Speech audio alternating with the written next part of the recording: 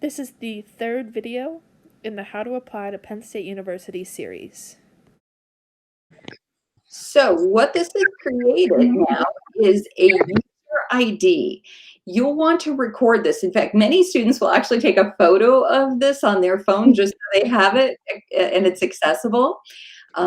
So the user ID is actually what you will use to log into My Penn State. If you attend Penn State, this will be your Penn State user ID forever. So it's important to have access to this information. And your Penn State student ID has now been assigned. So again, if you attend Penn State, the number that you see there, usually beginning with a 9, is the Penn State ID that you will use moving forward. And these are important pieces of information. The user ID is what you will use to access My Penn State going forward, along with the password that you just set. Okay. Yes. So I recommend taking a picture as well, either on your phone, because you have to give your iPads back at the end of the year, or on a separate device, something that you have. That would be helpful. That's a great tip. I don't know. Just sometimes when I think of school, I take pictures on my iPad, but then if you give it back, then you won't have it. So, all right. So press continue. Correct. Okay. So my password is that.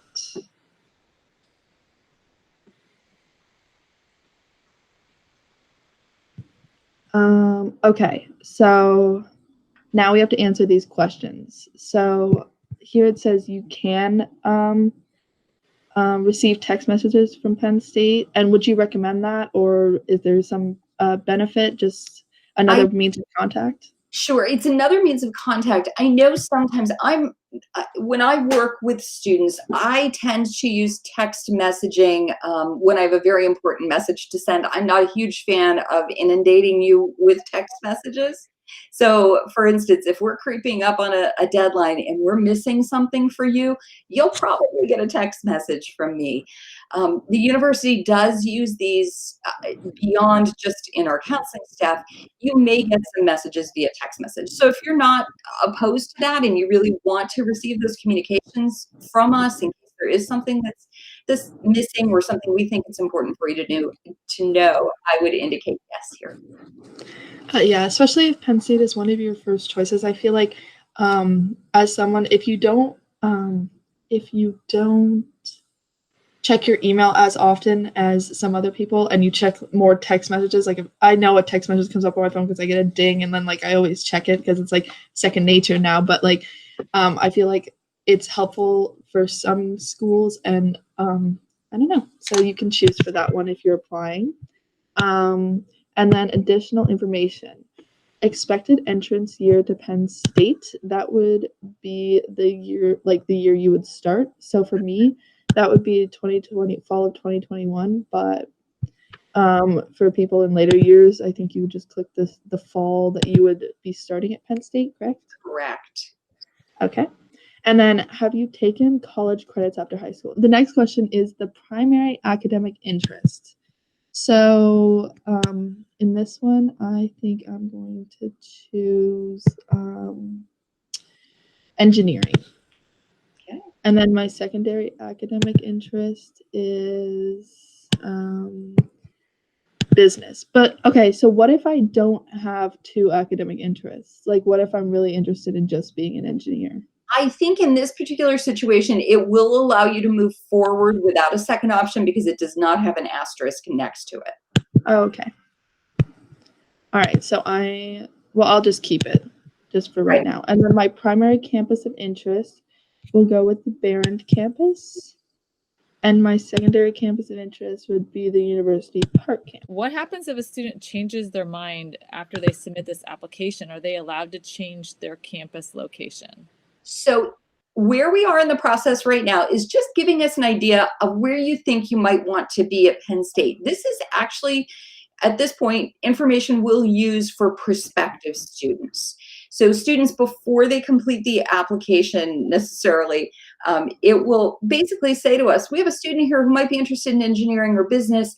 Let's send some information to that student, because it may be that you create a My Penn State account in advance of applying to Penn State. So that's sharing information with us so that we can then reach out to you. Once you get into the application itself, you will be asked this question again. And if after you have submitted your application and you've been admitted, and let's say you've applied to University Park and you get to thinking about it and you think, gosh, maybe Penn State Behrend is going to be a better fit for me, you can always call our office and ask us to reevaluate you. It's usually not a problem at all. What I would say, if you are looking at University Park, you'll want to make, if you've listed Behrend as your first choice and you've had a shift in direction to University Park, it's helpful if you make that change before the end of November. Our first admissions pool for consideration closes at the end of November, and our admission criteria can change after that point, in particular for University Park. So again, I think it's helpful if you have an idea that that's something you might want to look at, to reach out to us as soon as you know that. Okay, so definitely get started on your research earlier so you know that before the end of November.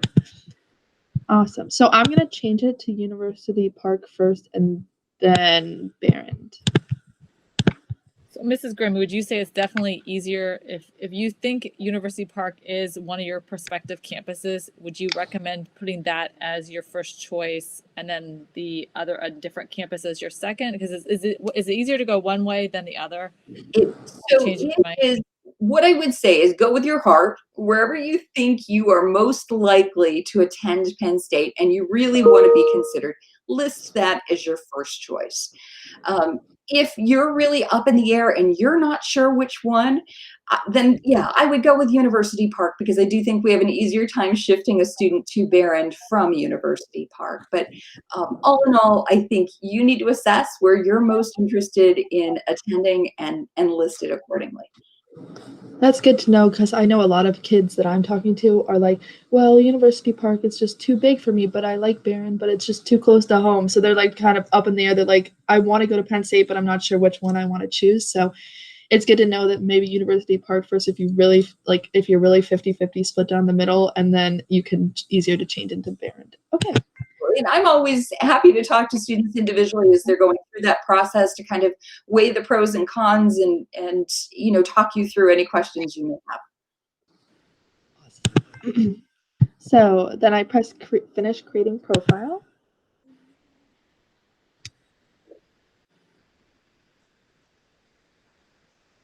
Okay, so now we're at this page. Right. So this is your My Penn State page. The blue buttons that you see on the right-hand side of the screen are buttons that will actually change as time goes by. So great information here. Apply online, which is the next step we're going to take. The transfer credit tool. If you have credits from another institution, let's say you were part of an RCI program, you can click on the transfer credit tool to determine whether the courses that you have completed have been evaluated by Penn State previously, so that you can get a better understanding of if that coursework will transfer, and if so, how it's transferred to Penn State in the past. It's an informational tool. We'll talk in a few minutes about how you submit your transfer credit to Penn State. If you want to schedule a visit, you can do it right here. If there's something on your profile that's incorrect, if you want to change an email address or a telephone number, you can make that change here as well. Okay, so our next step is going to be this blue button, apply online. So I'm going to click that, and it says introduction, applying to Penn State. So this is just a little introduction paragraph, and then these are the different things in each of the different sections that you will be filling out, correct? Mm-hmm, correct. Okay, so after you read that, you're going to click continue your application. Now we get to profile information. So this is the same profile information that I just filled out earlier in the video. So everything looks right to me. So I'm going to press continue. Okay, so here are some questions. Your U.S. citizenship status. So if you're a U.S. citizen, obviously you'll click U.S. citizen. If you're a permanent resident in the United States or an international student, you'll choose those two options. Your country of birth, so I'll just do mine. Mine's the United States of America. And then these two are not required, but would you recommend that I answer these questions or? I think that's a personal preference. Okay. And then I am a resident of Pennsylvania for 1 year or more. And have I attended an accredited Pennsylvania high school for at least 4 years? For a student who's lived here and attended their high school from freshman year on, then you would answer yes. Yeah, so most people will answer yes. So I will answer yes for the time being. So after I answer all those questions, I move on, and this one says parents or guardians. So you have to add parent or guardian information to determine your residency status. So I can add one parent here by clicking the Add New Parent button. My relationship is my guardian. The first name is John.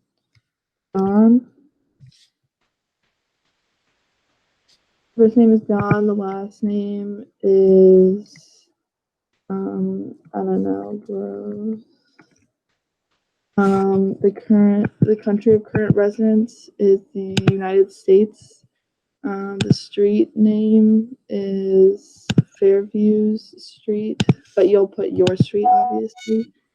And then